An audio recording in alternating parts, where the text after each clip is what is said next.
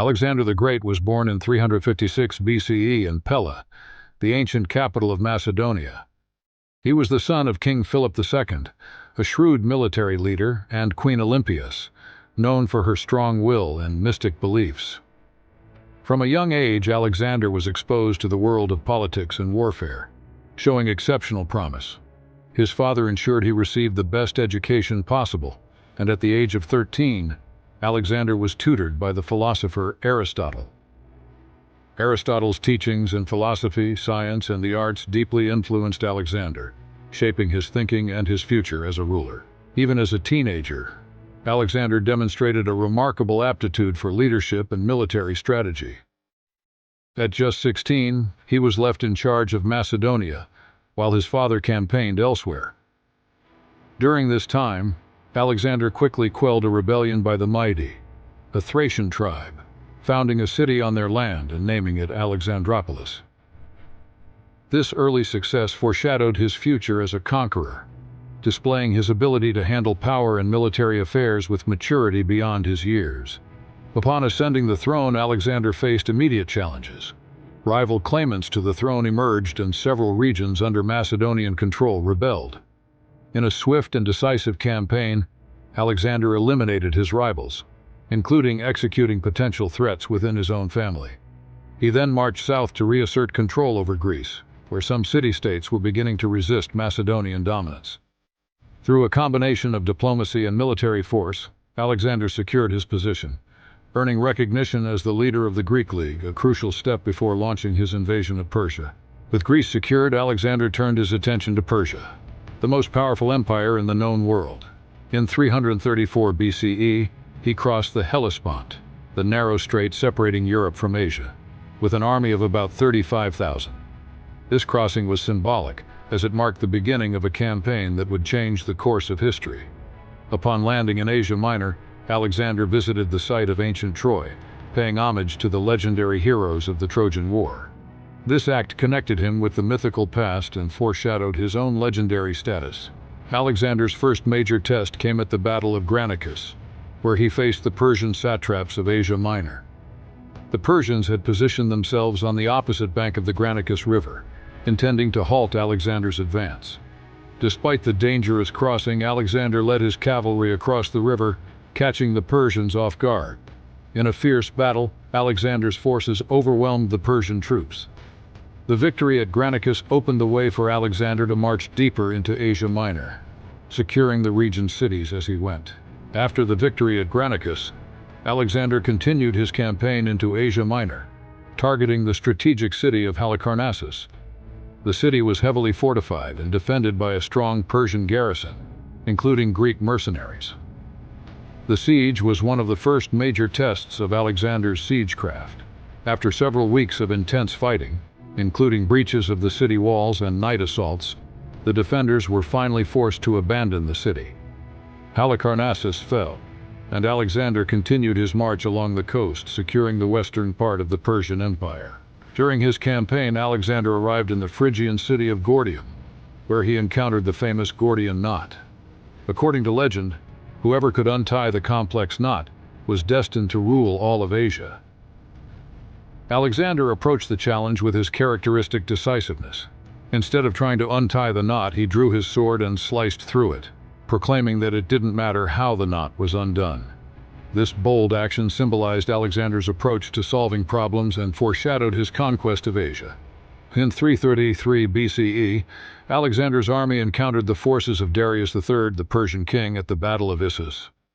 The battle took place in a narrow coastal plain which nullified the numerical advantage of the Persian army. Alexander personally led the charge, directing his cavalry to break through the Persian lines and target Darius directly. The Persian king fled the battlefield, leaving behind his family and much of his army.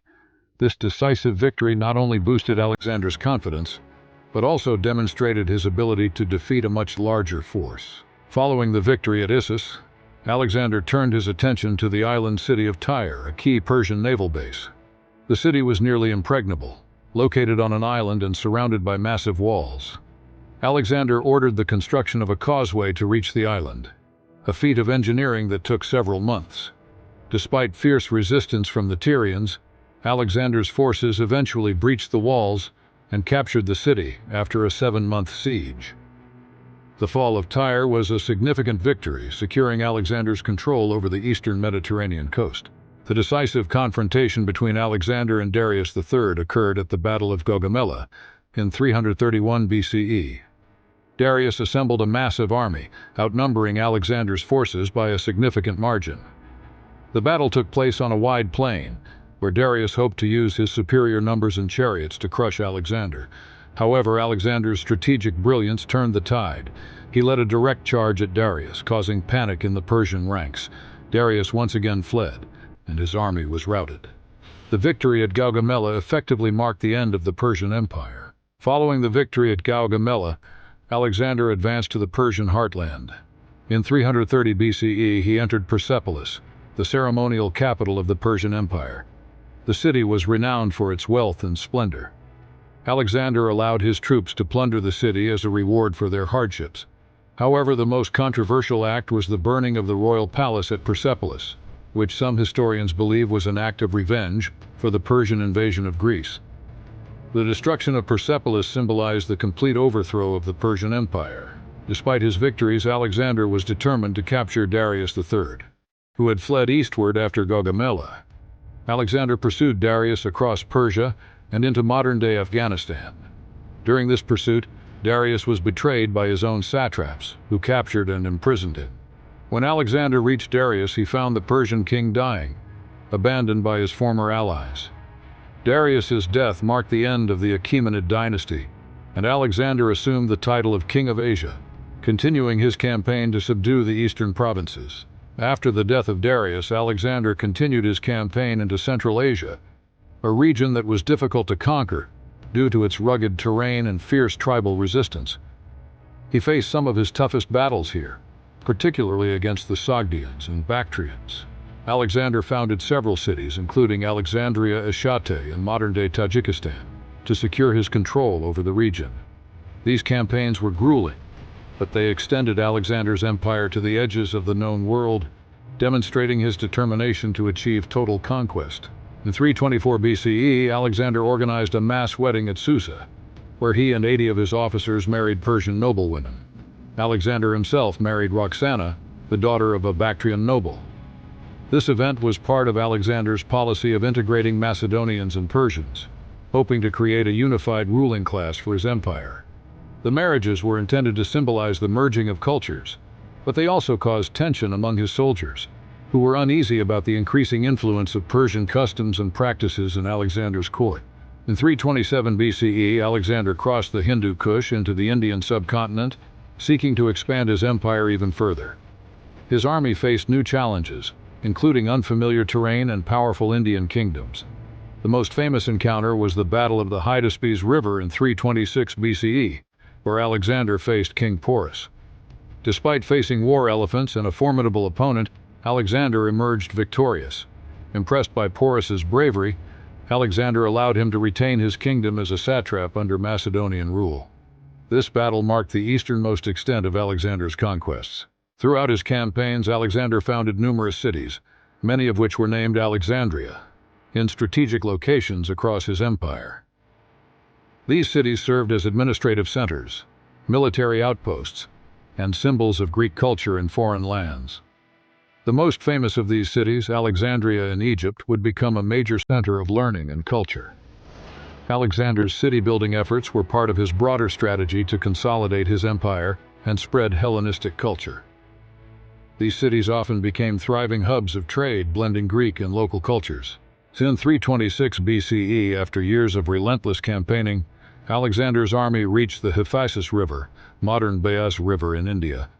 Here his troops, exhausted and longing to return home, refused to march further into the unknown. Alexander, frustrated but recognizing the limits of his men's endurance, agreed to turn back. This marked the end of his eastward expansion.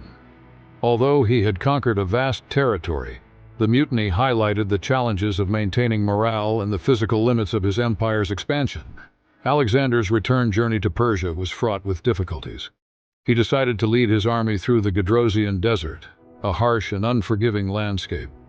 The crossing was disastrous, with many of his soldiers and followers perishing from heat, thirst, and exhaustion. This ordeal tested the resilience of his army and left Alexander's forces severely weakened. However, upon reaching Susa, Alexander began to rebuild and reorganize his empire, though the hardships of the desert march had left a lasting mark on his men. Back in Persia, Alexander focused on consolidating his vast empire, which stretched from Greece to India. He appointed satraps to govern the different regions, blending Greek and Persian administrative practices. Alexander also encouraged the integration of cultures, promoting marriages between his soldiers and local women, and adopting Persian customs himself. However, these policies caused friction with his Macedonian troops, who resented the loss of their privileged status. The challenges of governing such a diverse and sprawling empire became increasingly apparent as Alexander tried to maintain control over his new territories. In 324 BCE, Alexander faced one of the most personal and devastating losses of his life: the death of Hephaestion, his closest friend and companion. Hephaestion was not only Alexander's confidant but also a key military commander. His death deeply affected Alexander, who mourned him as if he had lost a part of himself. He organized an elaborate funeral and ordered the construction of a grand monument in his honor. The loss of Hephaestion left Alexander emotionally shattered and contributed to his growing sense of vulnerability and mortality. Even after his return to Babylon, Alexander's ambition knew no bounds. He began making preparations for further conquests, including plans to invade Arabia and extend his empire even further. Ships were built and expeditions were planned, but these ambitions would never be realized. Alexander's relentless pursuit of glory and expansion continued to drive him, but the strain on his empire and the growing discontent among his troops indicated that these plans were becoming increasingly unsustainable. In 323 BCE, Alexander returned to Babylon, where he faced growing tensions within his empire. His health began to deteriorate, and ominous signs, such as unusual weather and portents, added to the sense of impending doom. Despite his declining health, Alexander continued to plan his next campaign. However, in June of 323 BCE, he was struck by a sudden illness, possibly fever or poisoning. As his condition worsened, Alexander reportedly whispered his last words, "To the strongest," leaving his empire without a clear successor. His death at the age of 32 marked the end of an era.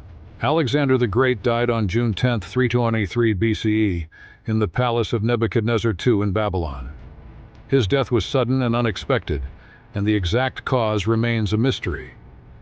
Some theories suggest that he died of natural causes, such as typhoid or malaria, while others speculate that he was poisoned.